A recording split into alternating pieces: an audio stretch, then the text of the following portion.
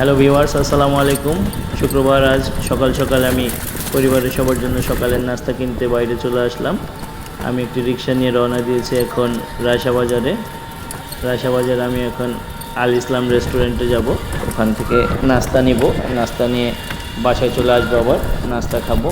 তো যাই হোক, আপনারা দেখতে পাচ্ছেন আমি এখন ধোলাইখাল দিয়ে ক্রস করে ফাইনালি চলে আসলাম আল ইসলাম রেস্টুরেন্টে। এখানে নাস্তার অর্ডার দিব। রায়শাবাজার মোড়ে আছি, রেস্টুরেন্টের ভিতরে ঢুকলাম, নাস্তার অর্ডার করছি। নাস্তা পেতেও খুব বেশি সময় লাগেনি, অর্ডার করার 5 মিনিটের মধ্যে আমি নাস্তা নিয়ে ধুলাইখালের রাস্তায় ঢুকেছি। এখানে হাজি মাখন বিরিয়ানি ছিল।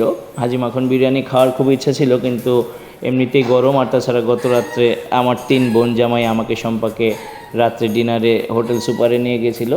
সেখানে আমরা অনেক কিছুই খেয়েছি, যার কারণে আরও আজ সকালে হাজি মাখন বিরিয়ানিটি টেস্ট করিনি।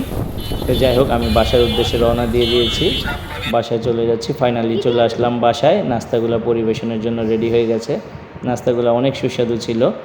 খাসির পায়া, ভাজি, তন্দুর রুটি ছিল। নাস্তাগুলো কতটা ইয়াম্মি, আপনাদের কাছে কতটা ইয়াম্মি লাগলো কমেন্ট করে জানাবেন। ভিডিওটি ভালো লাগলে লাইক, কমেন্ট, শেয়ার দিয়ে পাশে থাকবেন। টাটা।